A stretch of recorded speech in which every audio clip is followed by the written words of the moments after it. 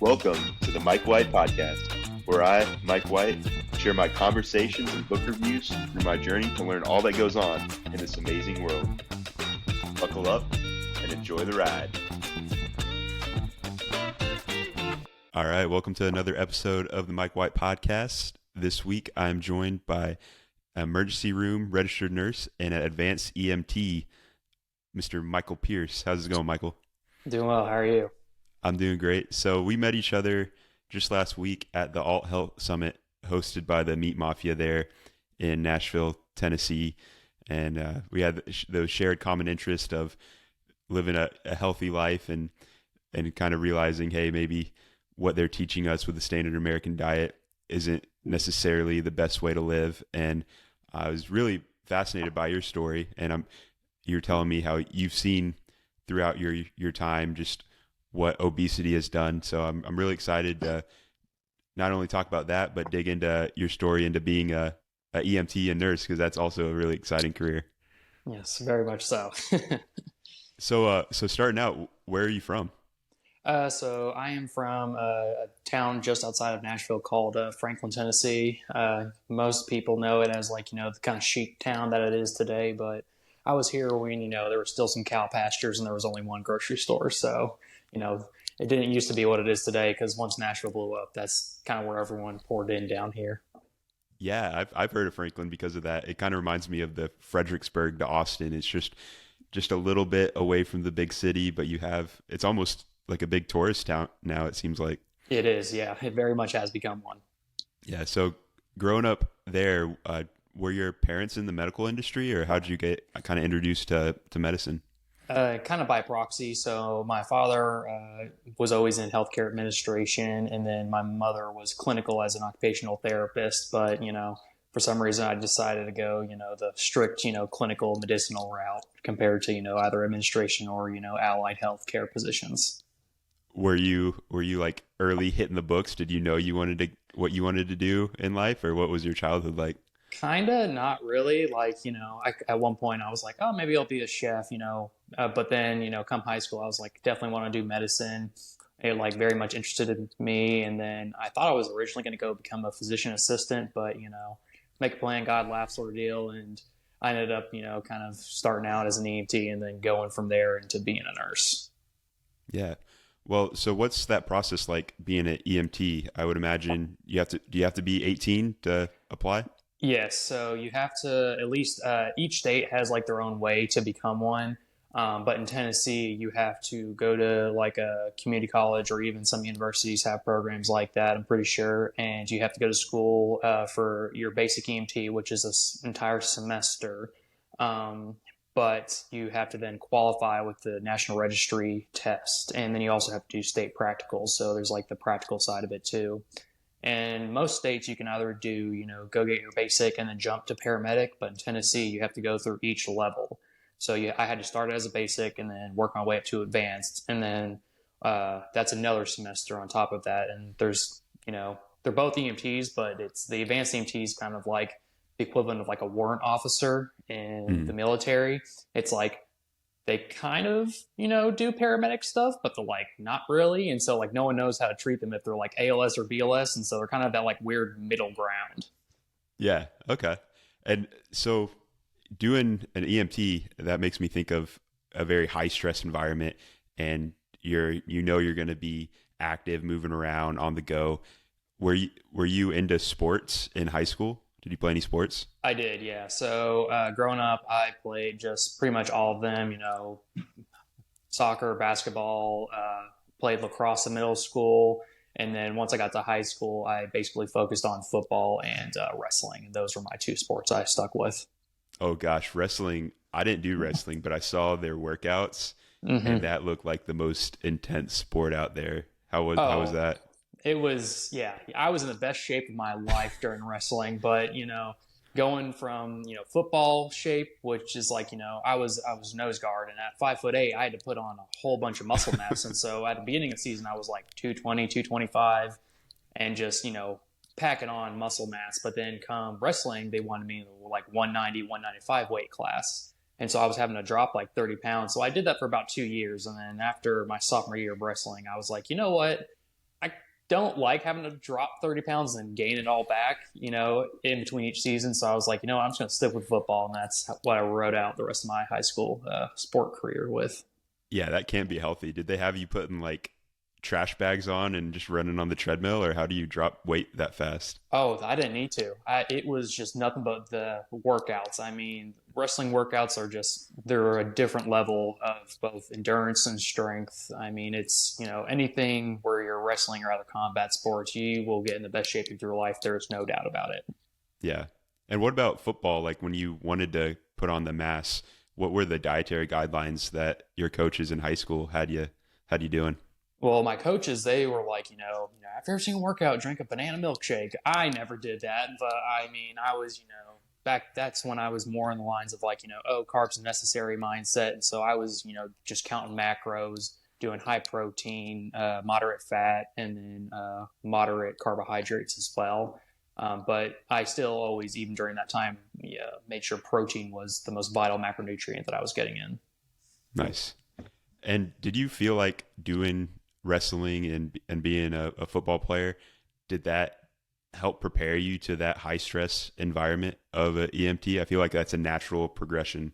For definitely in some cases, at least subconsciously, because I mean, in those, it kind of conditions you. You're like, you can't exactly just turn your brain off when you're in high stress environments in sports. You definitely can't do that as an EMT or a paramedic or anything like that. So I think it definitely helps, pipeline me in that direction. But I also think that just most of the time it's also personality too. Because I mean, there are some people who could perform under the stress of football, but I know could not perform under the stress of anything medical happening, because it's definitely, higher stress, higher stakes, and definitely more Yeah. critical care thinking rather than, just, see ball, wait for the ball to snap and go for it. So. Yeah.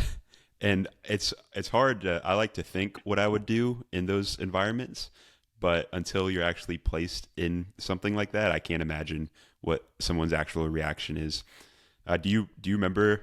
So you're going to school, but then eventually you got to be in an ambulance for the first time at some point. Do you remember your first ride?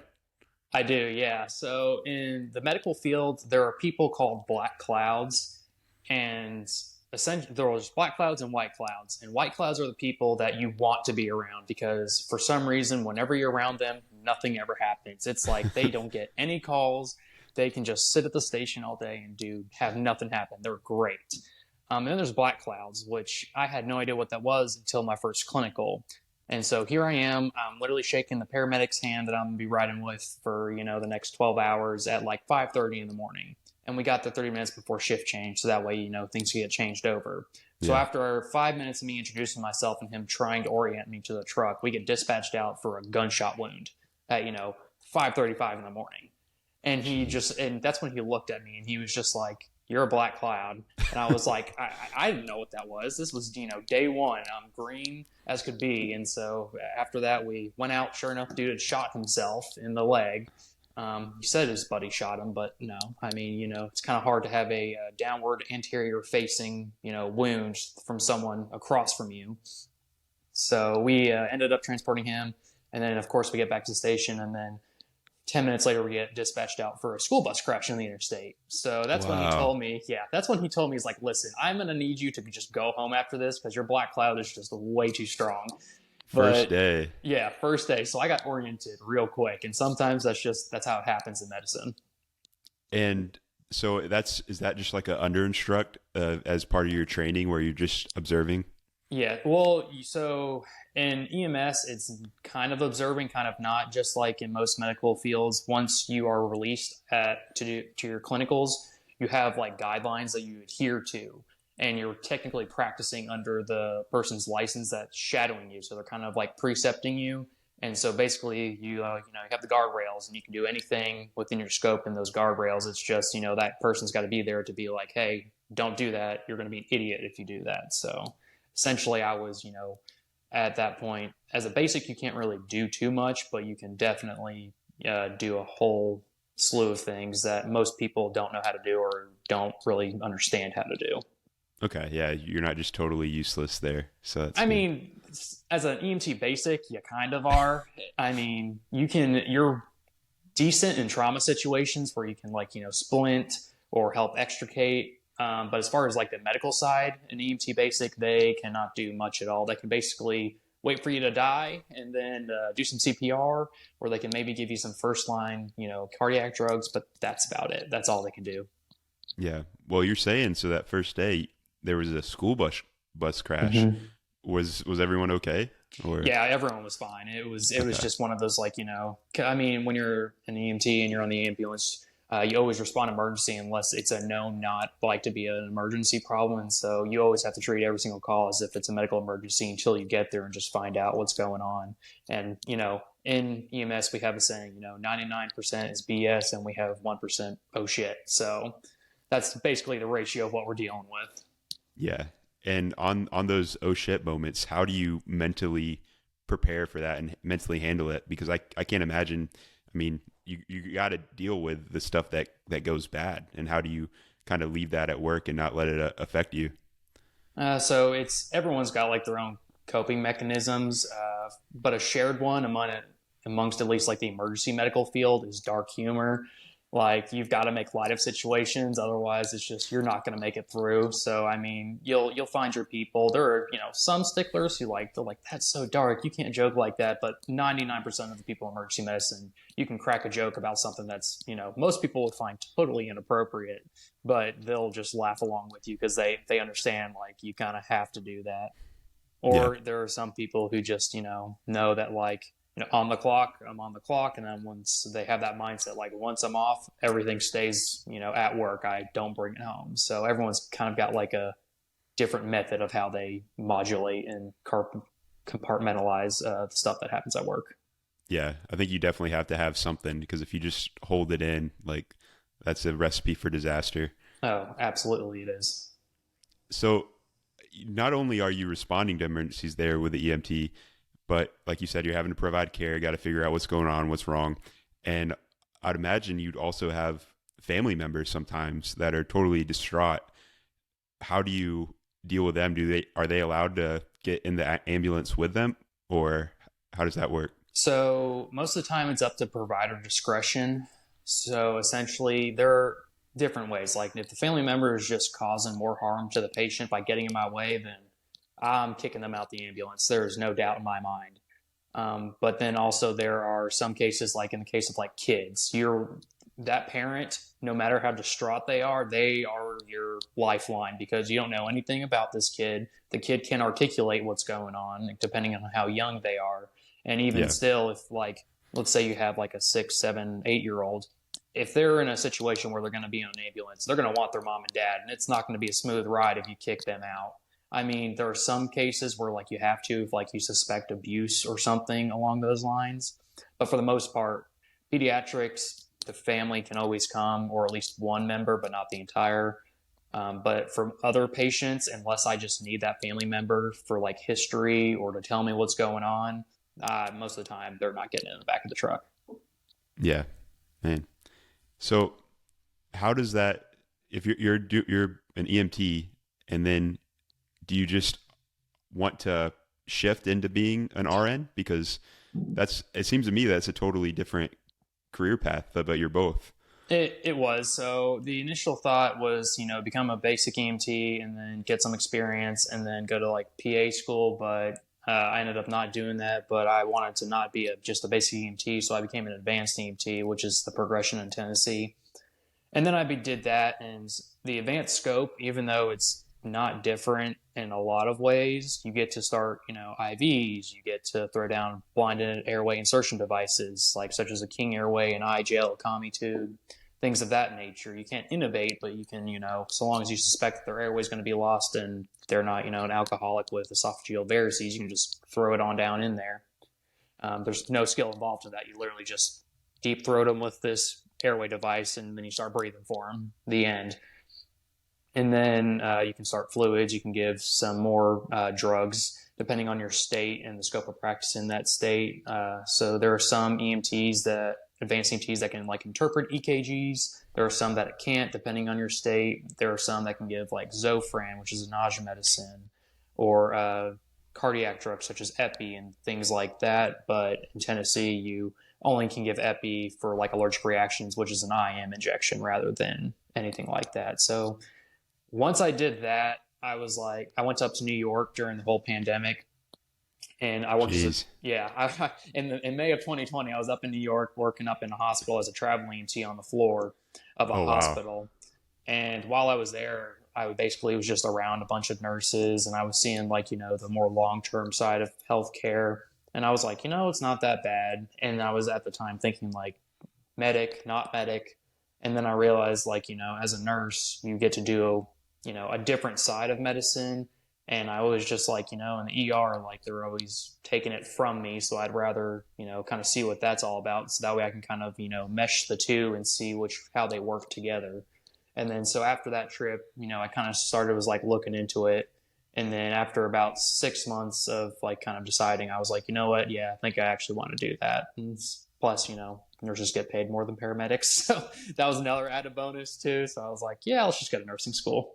Yeah, and you still have that cert too. You have that experience, and Mm-hmm. you're already got a leg up on all the rest of the competition there in nursing and nursing school, I'd imagine. But so you decided to go up there to New York in the middle of the pandemic to help out? I did, yeah. So in Tennessee, I was part of the first couple nursing home evacuations. The first one, I think, was up in Gallatin, Tennessee.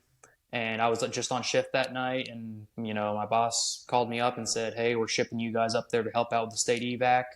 And this is back when we didn't know anything about the virus. And so, everyone was in like, full suits, particle respirators, N95, glasses, the whole 9 yards. And that we evacuated the entire nursing home to the local hospital up there. And then I just, again, so happened to be on shift the other 2 times. And so that's how I initially got a leg into that. And then basically, travel contracts with all of healthcare became super hot with the whole COVID crisis. And so I decided to jump on one, took a leave of absence from my regular ambulance job, and went up to New York. Wow, were you like in the city, like New York City? Yes, they literally put us up in the city in the Algonquin Hotel, which is like 2 miles off of Times Square, or 2 blocks rather, and then also the Millennium Hilton Hotel, which was right across from the UN. So yeah, it That's was a had to nice be weird. experience. Was it like what's that movie with Will Smith where like just the whole city's just empty? It was. So I had family up in New York, and so I had been there when it was actually New York City. But when I was up there, I remember like I didn't know where the Algonquin was, and because I basically just put my head down when I got picked up at the airport, and I remember just walking over 2 blocks, and I was like, oh, this kind of looks like Times Square, but like there was no one there, and then it took me about 30 seconds to realize I was like, wait, red stairs, jumbotron, triangle, Wow. blue shape. I was like, oh, this is Times Square. So yeah, it was definitely a weird experience to see New York not its busy self. How much free time did you have during that?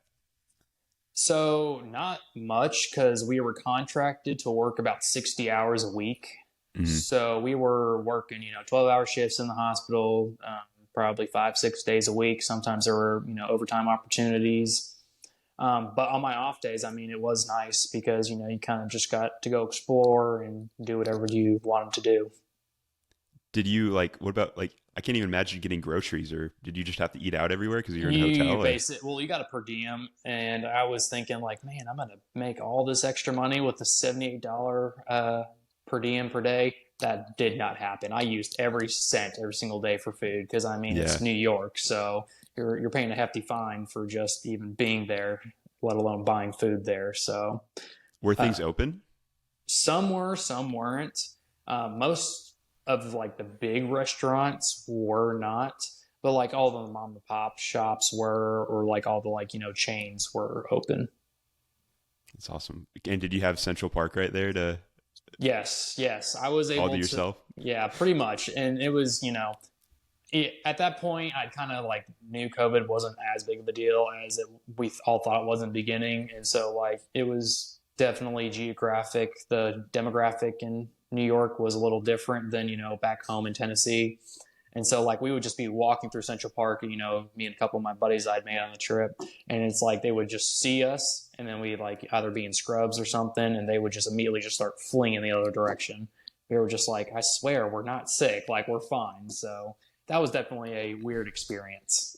Yeah. And so you saw a lot of the COVID patients. Were you working all with elderly, or did you kind of get to see just the general spread of population, and who was most affected that you saw in your experience? So, I mean, it was mainly just people with comorbidities. We never really saw anyone young. We saw some young people, but they typically had comorbidities such as like, cancer and things of that nature.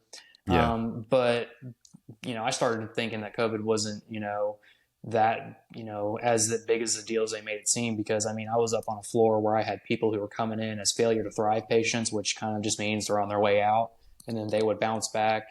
I had patients who were 101 years old, and they're looking at me just like, "Why am I here?" And I'm like, "I literally can't tell you. Like, you're literally fine. And they're completely with it, cognizant wise. They're oriented to themselves and their surroundings. I'm just like, I don't know, but you're here. They're just like, I guess I'm just here till they let me know I'm gone. And I'm like, pretty much. Yeah. And then, I mean, I was actually only up there for a little bit because, I mean, as quick as we had patients come in, we got rid of them just as quick. And most of them were not going out in body bags. They were just getting discharged because they were better and, they no longer had COVID. That's crazy. That's I mean, it shows you that just people's perception and what actually happened isn't always matched up perfectly. But I mean, we could talk about, we don't have to talk about COVID, but it definitely was bad, but I think it got overblown, Oh, and it's kind of 100%. unfortunate. I was going to say, I mean, when I was up there, I was talking with, nurses, nurse practitioners, physician assistants. And I mean, we were kind of talking about like, how overblown it was being. And like I mean, I get it in the first couple of weeks. I was the same way. I was scared to death when I was going in that first state of home evacuation because everything I had heard, it was like a certain death. And I was like, here I am, front lines, and I'm going to catch it and I'm going to die. But, as science evolves and you start listening to the data and what's actually happening, and just me being in healthcare, I mean, most people, I try not to respond emotionally to situations, but most people in healthcare, and especially in the nursing role, they do respond that way. And so I had a couple nurses who were like vehemently disagreed with me and the physician assistants and nurse practitioners being like, it's not that big of a deal. Most people are living, and they were, responding emotionally to that. But I mean, I knew from May 2020 on, like, it can be bad, but it's, not typically going to affect the younger, healthier population. And I mean, the data has shown that. Yeah. And so how long were you up there before you decided to go back to Tennessee? So the contract got canceled in the month of May. So I started in May and it ended in May. So I was basically just up there for about a month. But that was just because, like I said, as soon as we got patients, we were, just popping them in there. We were popping them out, getting discharged because they were better. So, I mean, that was honestly a great thing. Because, I mean, when I first showed up there, we just started, getting hammered with patients. But after, the last 2 weeks of it being full, we started just kind of like closing down the unit slowly by slowly because we just weren't getting anyone else to fill the rooms. And to the last couple of my shifts, they just canceled me because they're like, we don't need you. We don't have anyone. So, And then, so when you came back, that's when you started to want to go towards the nursing route. Were you just taking kind of like night courses, or did you go straight into school and kind of take a break from being an EMT? so I had already gotten pretty much all of my general educations done. So the only thing left to do was kind of take a couple like ancillary gen eds and then apply to nursing school. And at the time, I had made plans to go to PA school down in Birmingham, Alabama. And so I bought a house, done all that. And so when I decided to switch gears, I just started applying nursing schools down there. And I ended up getting into a nursing program at a local community college down there. And I basically Nice. just went right into the program. And that's where I went through.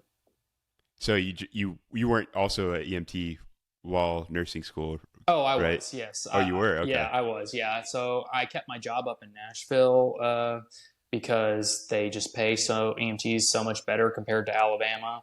So I would come up here on the weekends and work, and then during the week I would go do my clinicals and do school and things of that.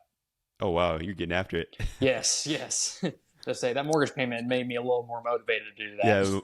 That's good. Yeah, you get some skin in the game. Keep you Exactly. going. So, how long does it take from being your basic EMT to being the head guy in that ambulance? Like how many years would you say? So if you go straight through, it's going to be about 2 years because EMT basic is a semester, advanced EMT is a semester, and then paramedic school is actually a year and a half, just as long as a nursing program is. Because as a paramedic, I mean, you have a lots of responsibilities. You have basically you're in some regards you're doing more than a nurse, especially with like intubations, and you basically have guidelines from the doctor, which is your medical director, to be like, here are your guardrails, stay in between the guardrails, and then you also have instances where you can like call the medical director or the ER doctor that you're transporting to and ask Hmm. like, hey, can I do this? I don't have orders for it, but like, can Yeah. you can you tell me to do this? Yeah. And then, so I mean, it's paramedic school is not for the faint of heart. It's just like nursing school, but it's more pre-hospital based rather than in hospital care, and the two are completely different. Which is one of the hardest things I had to do, which is reconcile my pre-hospital way of thinking with my nursing thinking, because I mean that's the biggest barrier to overcome for anyone who has pre-hospital experience who transitions into like a hospital-based role. Just like the mindset of immediate care versus kind of, do you have to detach a little bit, or how would you describe that? So it's not that. It's like, in the initial care, you kind of just, your entire goal is to stabilize and just do what you can and then get them to the ER. Whereas, in the ER, you're like, cool, stabilize them, but then continue farther care to get them farther stabilized and then get them progressing towards a better outcome. And the way that the two professions think are like completely different. Like my motto is EMTs and medics, they're the rednecks of medicine. And in the ER, you're kind of a redneck of medicine, but you're kind of like the chic redneck. So you're the rich redneck compared to being out in the truck where you're just like, if it ain't broke, don't fix it. Yeah. Okay. So what was your nursing school experience like? Did you like being back in the classroom? Was that smooth? I liked being back in the classroom in some regards, and then in other regards, I didn't like it because EMS, you're with your people. It's like everyone kind of thinks the same. Everyone's like adrenaline junkie, the whole 9 yards, and it's very specialized because everyone wants to be in emergency medicine. Whereas going through nursing school, that's not the case. You're not a specialized, didactic learning of medicine. You're going to learn all of the subspecialties. You're going to be with, peers who want to go to labor and delivery. You have ones who want to go to the OR. You have ones who want to go to ER, which, my group of people, or you had people who just wanted to go to like, aesthetics things. So like you're kind of like in a mixed bag and you're having to learn stuff that you really don't want to, but you have to. So that was a little rough, but for the most part, I enjoyed it. Did you have any like study techniques that really worked for you?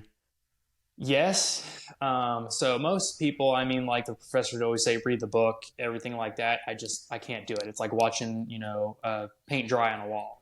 I can't read books that don't interest me, especially on topics that I don't do. So my main study thing was reading through the PowerPoints, re-listening to lectures, basically sitting through a lecture. And if they emphasize something, definitely, kind of making a note in my notebook, like, hey, let's farther dive into this. And then honestly, just being attentive and listening to what they were saying and kind of relating it to my past experience or like kind of picturing how I would do it once I became a nurse. Because I mean, for me, if I can understand why I'm doing it and then relate Yeah. it to things that I've either done or will do, that helps me retain it more than just, sitting in front of the screen and just, clicking through and trying to memorize.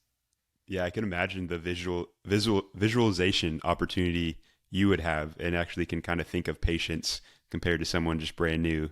Feel like that's definitely helps a lot. Oh, 100%.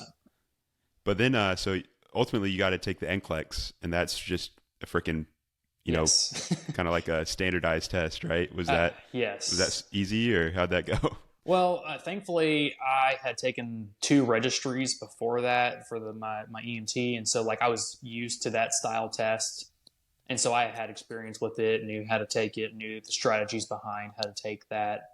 So I had a leg up on a bunch of my peers in that regard. But the NCLEX, I will say, is just it's everything on the NCLEX is ivory tower worlds. Like if everything were exactly perfect and this pristine, like what would you do?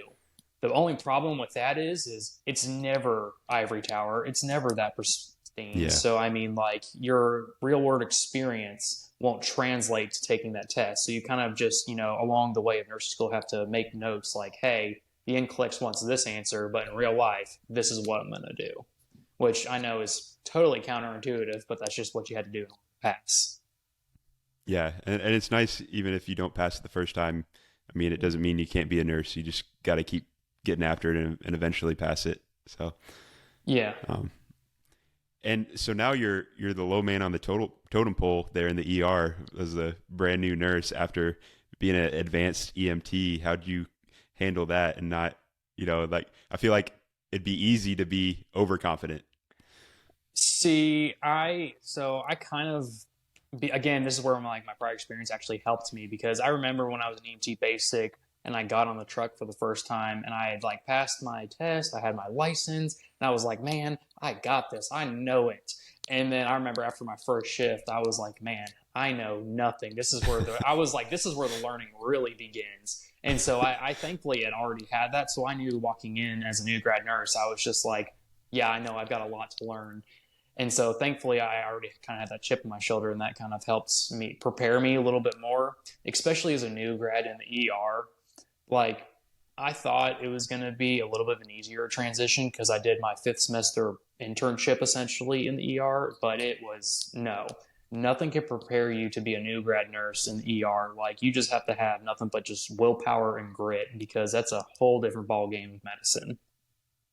Yeah. So what was the biggest struggle? The biggest struggle is, on the ambulance, you've got one patient at a time. You can critically think for one patient and that's it. And there are other circumstances where, you have mass casualties or you got a triage because you've got multiple patients. But that's only select scenarios here and there, and they don't really happen that often. For a nurse, that's their everyday. They've got, three, four, sometimes more patients, and they've got to figure out who's the sickest, who do I got to prioritize, and sometimes they have people who are all sick and trying to die, and you've got to figure out which one of these is going to be okay without me for the longest time while I stabilize one just enough to get to the next one. And so that was definitely the biggest challenge for me, is going from critically thinking for one patient to three, four patients at a time. Yeah. And were you doing EMT work as well while you're a nurse, or did you No, kind of drop that for a little bit? Okay. I dropped that for a bit. I Yeah. knew because it did one thing if I was seasoned as a nurse, but when you're in that initial learning phase, every single day you show up, you take a lick because you just you either did something wrong or you didn't know something and you had to go, really learn on the fly how to do it, which, in ER, everyone's used to that. Everyone's come from that. So, it's not really a big deal. But yeah, I would definitely say as a new grad nurse, I made the right decision to kind of just cool my engines, cool my jets, and just focus on learning what I needed to in the ER and kind of that be my main focus for that time rather than, going off and playing on the ambulance. Yeah, I feel like if there's any doubt that it would be a distraction, there is no doubt. Like you need to focus, especially on those high stakes. Like if you make a mistake, it could be really bad. Absolutely. How did you adjust to shift work? Uh, it was definitely a, how do I put this? It was hard. I'll just put it that way. So you get used to it after a little bit, but I remember growing up, I never drank coffee because I never really needed it or anything like that. And then I remember pulling my first shift, and I was just like, it's either this or me and everyone else on this ambulance is dying. And then the caffeine pipeline started from there, and now I can't imagine my life without it, nor can function without it. Um, but it's definitely an adjustment, especially if you start doing night shift like I have for all these years. So you kind of you got to know my off days. I kind of got to revert back to a day schedule, kind of have a routine to help you do that. And then you've also just got to, basically have the mindset of like, this is how I'm going to survive this. This is what works for me. And everyone's kind of got a different groove that help them do that and acclimate. Yeah, I think coffee sometimes gets attacked, but I don't think there's anything wrong with it. It's way better than those energy drinks. Are there nurses that crush those like Bangs or Monsters? Oh, 100%. Like maybe not on the floors, but in the ER, it's just, sometimes you need it hard, you need it fast, just like, pushing drugs on some of your critical patients. You're like, this thing's got 300 milligrams of caffeine. I'll drink this in about 5 seconds and I'll be good to go for the rest of the shift. And so Yeah, definitely there are many, many nurses that do that in the ER and sometimes throughout the hospital. I'm super against those. I know in the submarine they're all over the place. Mm-hmm. There's one guy that so we have storage under our rack pans, so you can lift up your bed and you have for as long as your bed is kind of like a good 6 inches worth of storage, and he had that thing completely full of like it was like full throttles or rock stars or bangs. Mm-hmm. And one of the guys that had him every day, he got kidney stones, and Yeah. I think I'm pretty sure like all those chemicals in there, like your body can't process them, and Absolutely. Plus the sucralose that's in them are, they now just found out that sucralose is genotoxic. And, I could have told you that. I mean, nothing that, mimics something that's natural is ever going to be good. So, what's genotoxic? so it's basically toxic to basically your genetics and your genetic code. So basically they just found out that sucralose is genotoxic, which means it can make alterations in your DNA, which, AKA tumors, cancer, things of that nature. Wow. Jeez. I tried them because I mean, there were some days where I'm like, I don't know how I'm going to stay awake I on will this say shit. sometimes they're necessary poison. You just like it's either this or someone's dying, and it might just be me. So it's like I'll suck it up and pay their consequences later. Yeah, but then I don't know. I stopped because after having them, you feel like an out of body feeling. Like I just start shaking, Mm-hmm. and I don't know. I don't like it at all. Oh yeah, no, I just try to stay away from them as much as possible. Like it's basically like I've got one in like a glass case that I break in case of an emergency, but that's about Yeah. it. So you're dominating there, being ER nurse. You're advanced EMT, and I also remember when we met, you talked about doing events. How Mm-hmm. did you get into the event space of medical care? So basically, I mean, just like in most every career field, it's all about connections. And I just so happened to be put with a partner who kind of is over the local branch of like an event medical company down here that's kind of like a national thing, but she was in charge of the operations here. And so after working with her for a little bit, she kind of realized like, hey, he's not a complete idiot. And so she was like, hey, I work, BMX up in Nashville. Do you want to come work it with me? And I was like, yes, please. Like, are you kidding me? And she's like, yeah, you're guaranteed to have nothing but trauma. And I was like, say less. Like, okay, I'm there. Twist my arm. Why don't you? So started doing that back in 2020? So I guess 2020 is when I did it initially. And then that's how I've gotten into the space ever since, because you'll build connections, and she has connections with more event companies that I've, pipelined into. And so basically that's how I got my start, is just, meeting someone, making the connection, and just put my best foot forward and going from there. So is that just like contract work? Yes, you become a 1099 employee. Okay. How if you're not working, are you just there kind of watching the event? So kind of, yes. You get a front row seat, especially, at, BMX, because you have to be on the tracks sometimes. And so you're kind of just in the middle of it. So you're basically getting paid to, watch something, as well as, you're kind of on the clock. So you're looking for injuries or people trying to hide things. So definitely you're kind of get a free ticket, but you're also somewhat working at the same time. How what percentage would you say of those events do you have injuries? 100%. 100% every time? Every time. Especially Wow. BMX, because the Nashville track, I think, is either the second or the fastest track in the BMX National USA circuit.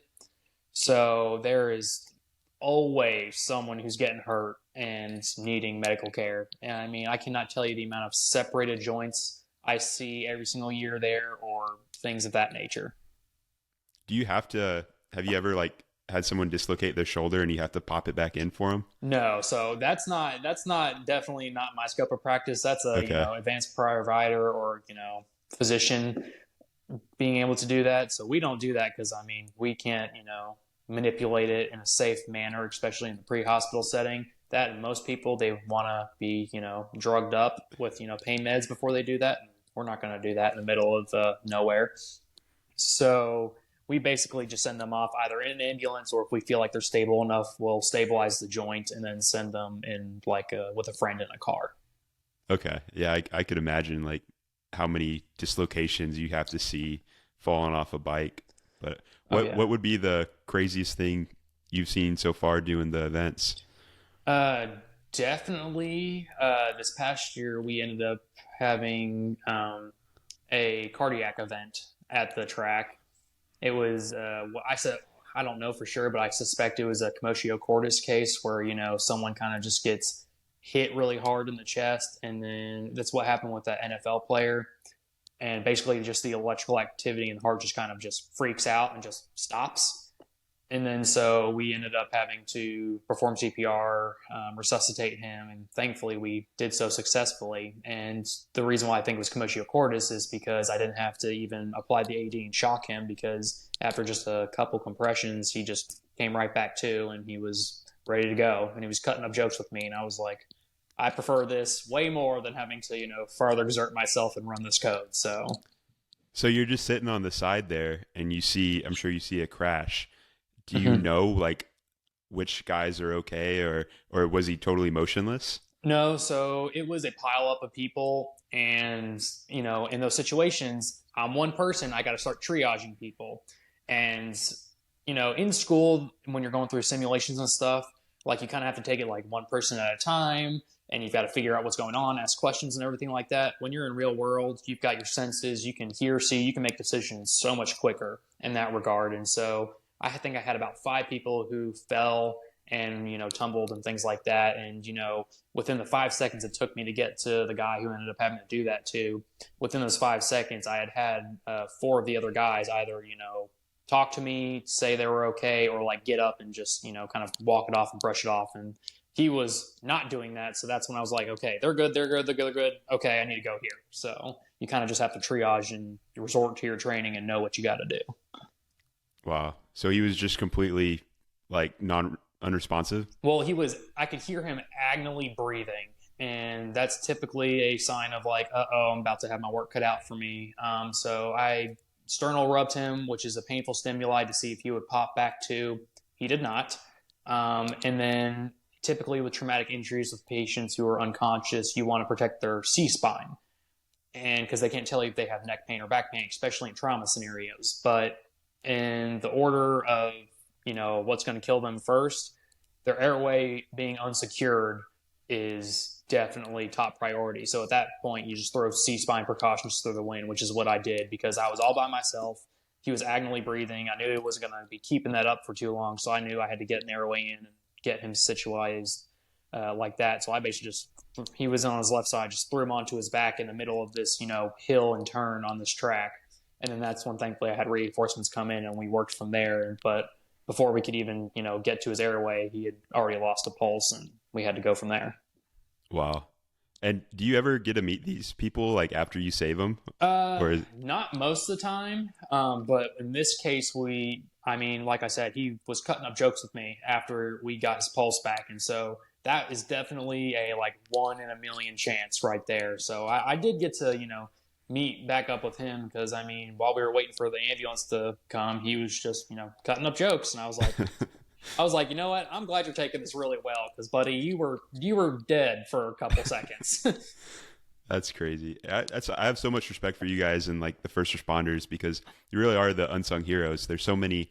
Like my mom had a really bad car crash and had to get medevac. She was out of it, and those people, I have no idea who they are, but they saved my mom's life, and so that's really cool. You guys are just kind of in the shadows, just saving lives every day. Well, I mean, that's honestly how we like it because, I mean, we don't like it when the camera gets put on us or anything like that. We're kind of just like, nah, I want to be here for this moment, get you stabilized, and get you where you need to go. Because, I mean, that's just how EMS people are built. We're just like, we're here for the worst of the worst. We're going to try and get you better and go from there. Yeah, well, that's awesome. Thank you. And now I wanted to get into kind of your health journey because that's how we met. And so I was wondering how you found the Meat Mafia and what your thoughts are on health in general. So basically, it all kind of started around the same time I became an EMT. And my dad, he ended up having type 2 diabetes. And when I was on the truck, I would sometimes see like dialysis patients and things like that. And most of them were all type 2 diabetics at some point in their life.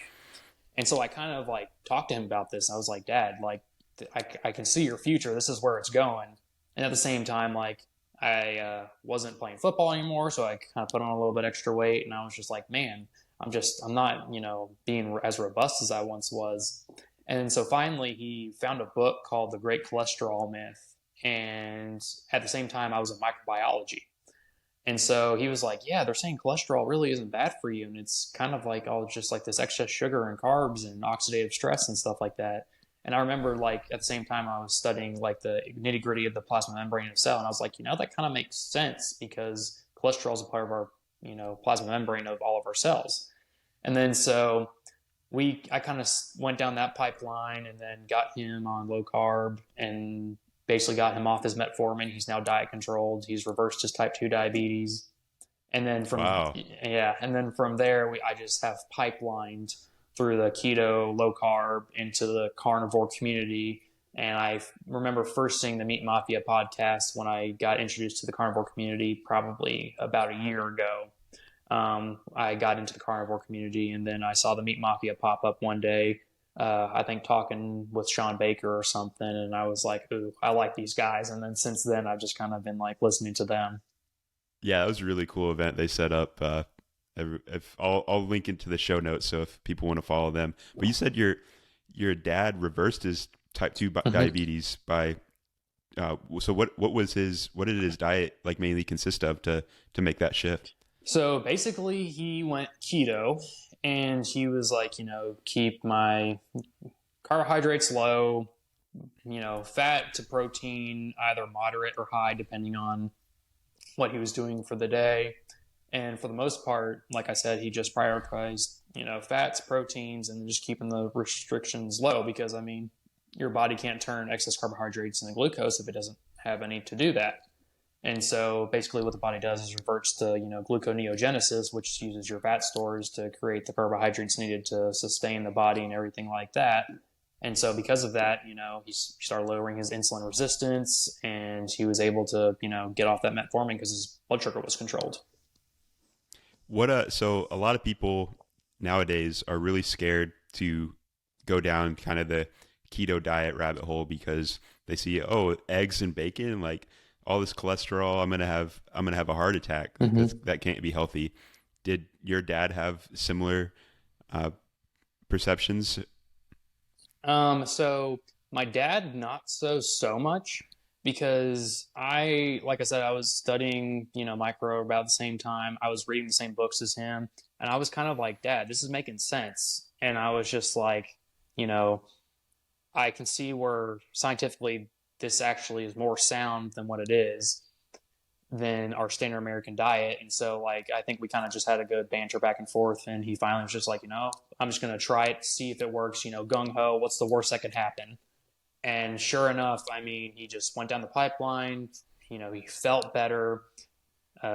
In fact, actually, to the point of like, beef, butter, bacon, eggs, all that kind of stuff is going to clog my arteries.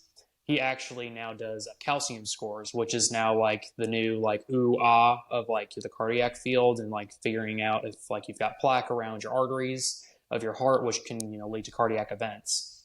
And he's been on low carb, keto, carnivore, somewhere in there since probably 2020. And his calcium score here recently was actually 0, which means he had zero plaque in his arteries and his heart.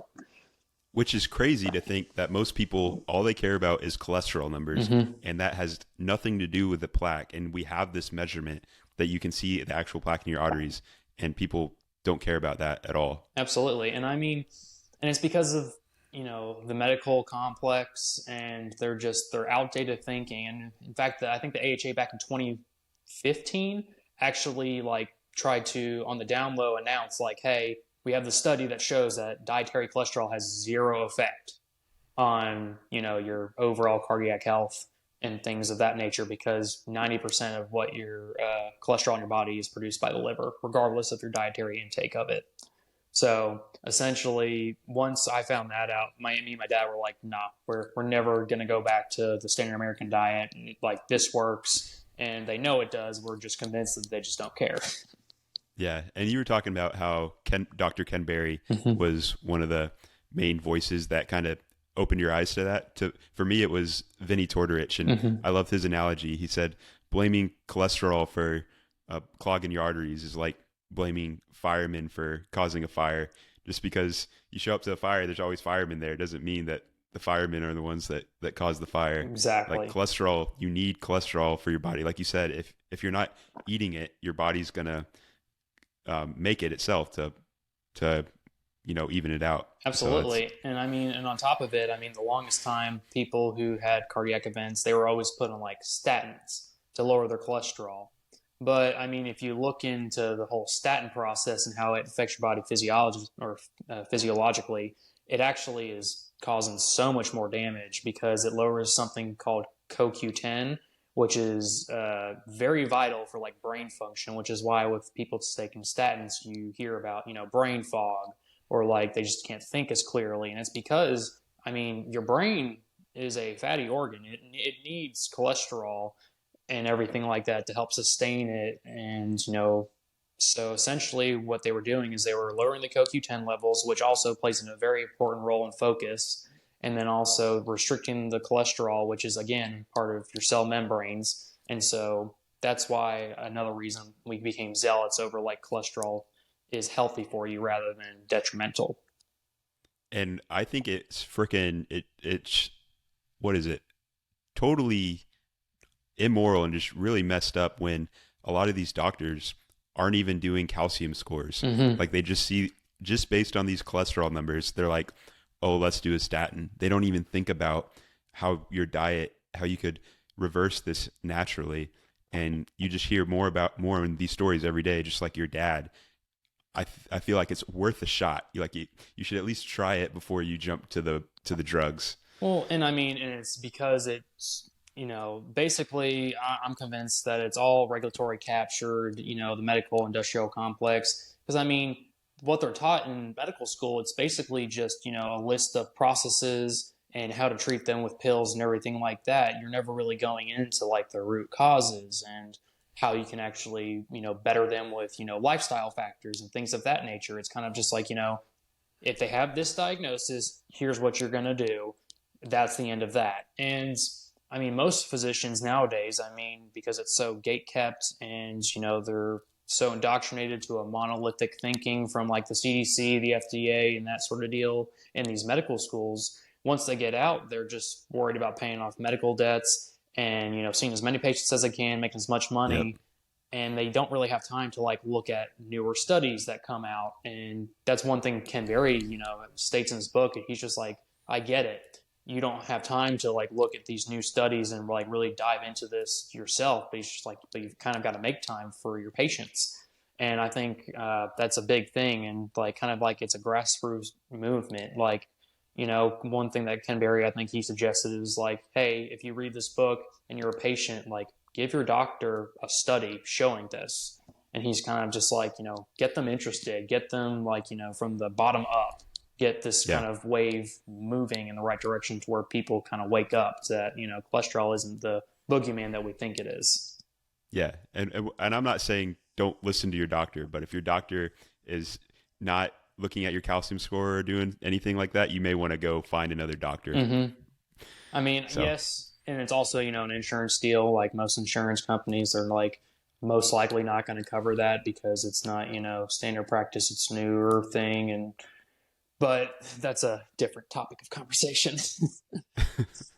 so what about your journey with the keto diet. What do you think about it? I am a big proponent of it. I've kind of gone through the different phases. I've was first low carb, then keto, and then I became carnivore, and then I kind of like was like, oh, I can have some carbs, but like no seed oils and things of that nature. Because I mean, most keto stuff that they advertise in the grocery stores in the middle aisles, it's like keto, but it's like got plenty of seed oils in it. And if you look at the total carbohydrates, it's just like, oh, they're gonna give you net carbohydrates of 4 because it's got like 20 grams of fiber in there. So it's just there's a lot of things that you kind of just really gotta look out for when you're on those diets.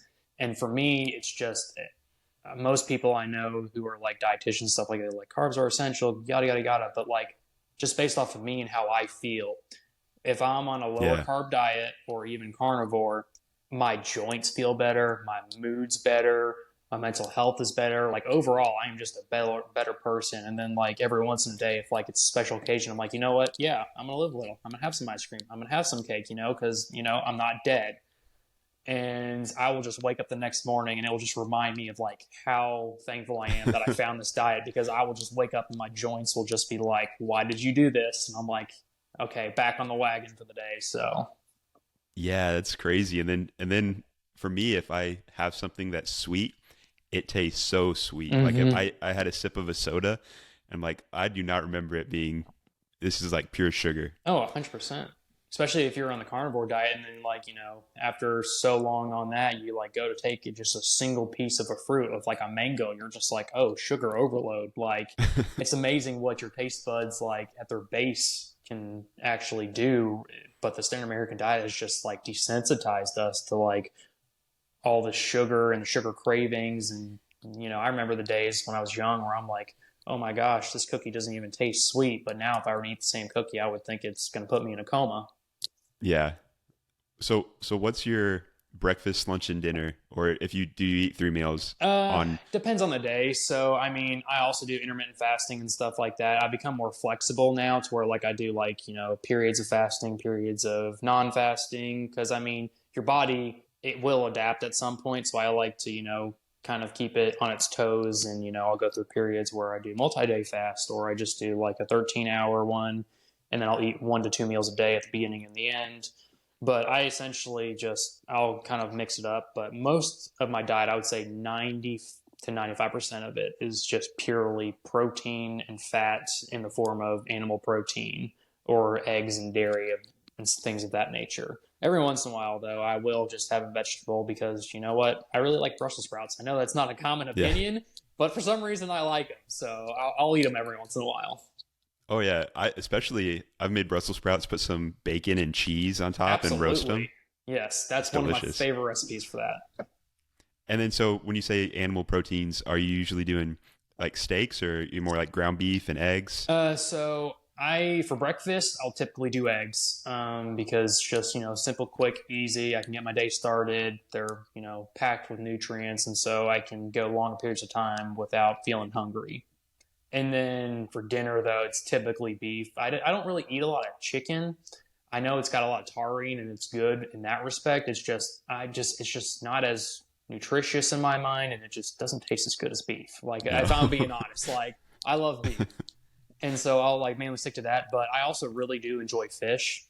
So I'll do Yeah. like some wild caught salmon, sardines, things of that nature, just because of the omega-3s in that. And then also just, the repeated benefits that show from people who eat fish. And so long as you can source it well and it's not, riddled with like, microplastics and things of that nature, I'll love me a good piece of fish. Yeah, you like more salmon or tilapia? Do you have a preference? I don't really have a preference, but for like the majority of what I do fish wise, it's salmon, just because I mean you just can't beat it. I mean salmon's really hard to screw up. It tastes good, but every once in a while, tilapia, depending on where it's sourced, I'll get some of that. But really, or tuna. I really love some ahi tuna. Yeah. But for the most part, I mainly stick to wild caught salmon.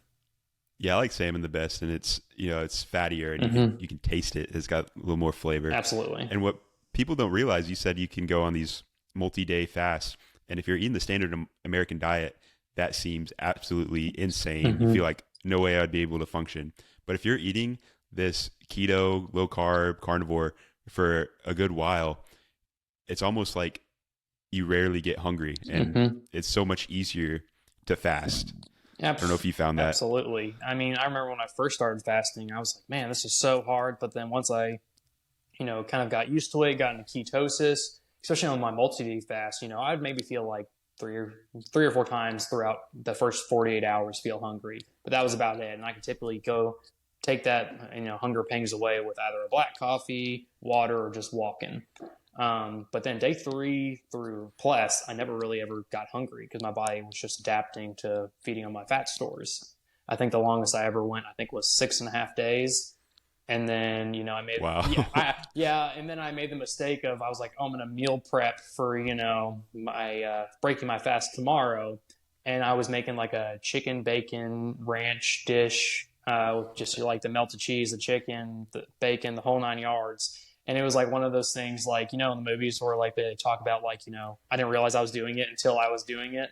I had just gotten done. I was packaging it. The next thing you know, it's like in my mouth. And it's like my mind went blank for a solid 30 seconds. And I was like, well, 6.5 days, not too bad. So, Dude, yeah, that's insane. And that makes me think of like why I can't keep sugar in the house. I feel mm-hmm. like I'm a sugar addict. If I just see it in the pantry there, I'll just want to grab it and not stop. So Oh, absolutely. if someone has that struggle, just get it out of the house, get it out of the pantry. Like if you want to treat yourself, go out to a restaurant mm-hmm. and order it there. But exactly, in the house just order one. Don't bring it home with like a couple extra. Just like, no, keep it. The house is a no-go zone. You got to go out and go for it and earn it, rather than just bring it home and the temptation's there for multiple days. Yep. Well, Michael, this has been a pleasure. I'm glad I got to share your story there of going to be an EMT, ER room nurse, doing events, and then your journey with the carnivore keto diet, having your dad reverses type 2 diabetes is just awesome. So really glad to have you on the pod. Thank you. Yeah, absolutely. Thank you for having me.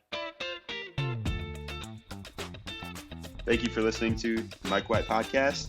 Be sure to follow us on Instagram and TikTok at Mike White Pod, and subscribe to the YouTube channel.